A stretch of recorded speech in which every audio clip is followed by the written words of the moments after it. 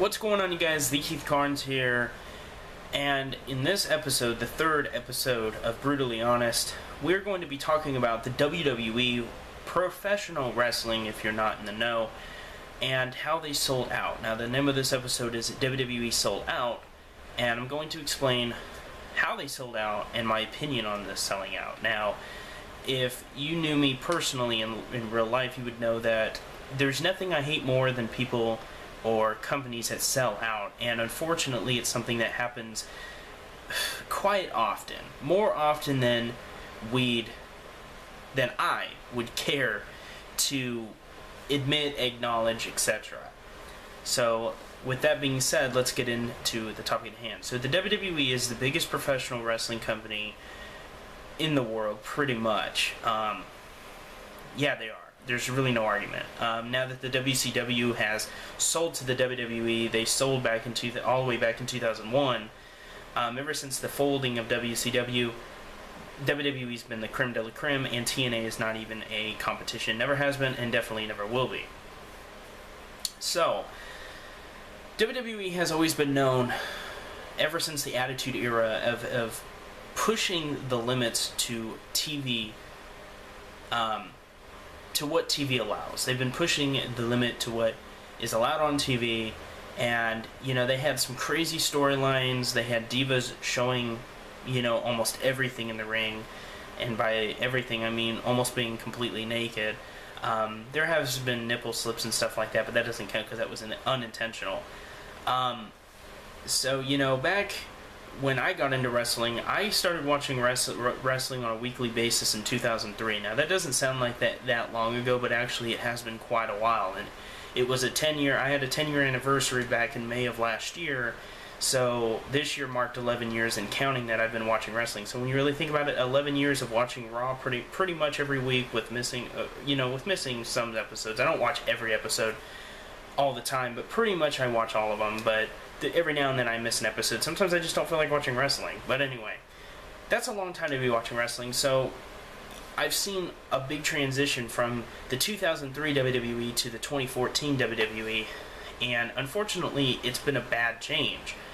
You know, basically the whole point of this video is talking about WWE going PG, and this is where WWE really fucked up. This is where they really screwed their loyal, true fans like myself, is because in 2003, you know, we had blood, we had chair shots, and all this other stuff. Now, I understand the chair shot thing had to be done out with after the Chris Benoit tragedy back in 2007.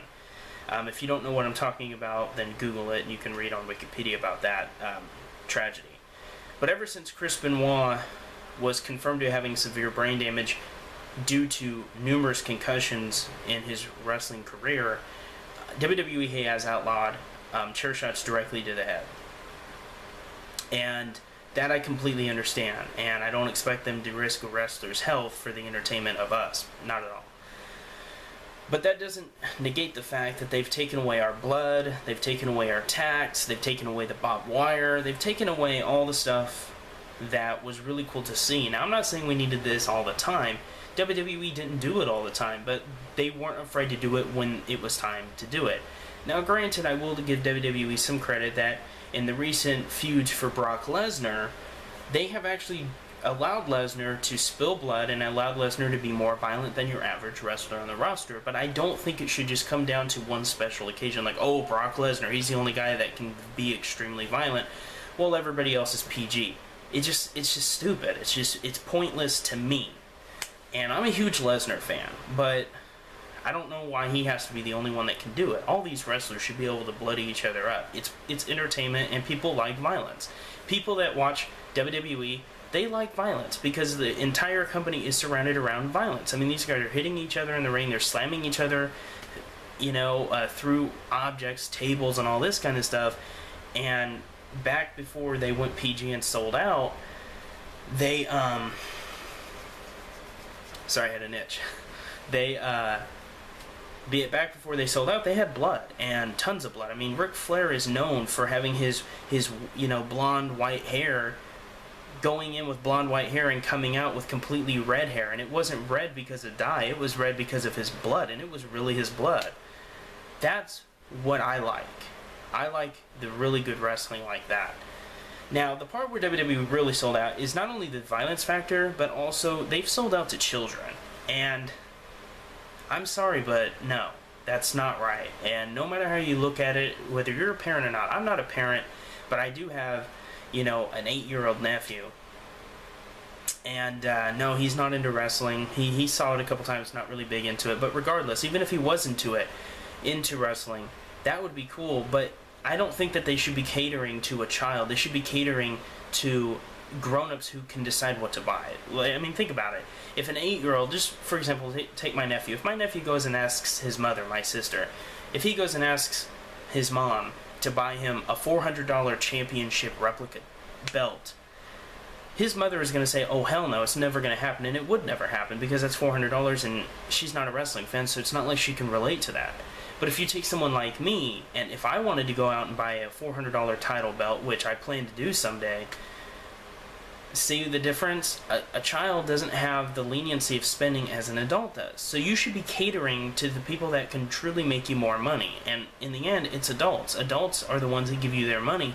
And you're sitting here and you're worried about the kids. I mean, I saw an advertisement when I was watching Raw last week, this past Monday, and it was for like this thing called Slam City on the WWE Network. Are you fucking serious? This is embarrassing to say I'm a wrestling fan. It's really getting to the point where I don't tell people I'm a wrestling fan because it's embarrassing where the company is going. I mean, Slam City, if you haven't seen that shit, YouTube it and you will just facepalm harder than you've ever facepalmed. It's really that bad. I don't know, guys. I really just don't like when things sell out, especially my favorite people, my favorite companies. It really sucks when it happens. And WWE, sadly, they're not the first and they won't be the last to sell out.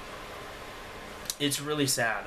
I mean, another example of selling out, not to go off topic here, but before I wrap this up, another example of selling out is Hot Topic. I don't know if you know that store in the mall and stuff, but they used to have really, really cool like rocker shirts, and they had like some really cool gothic stuff. I've never been a big goth person, but I do like heavy metal. I like rock music.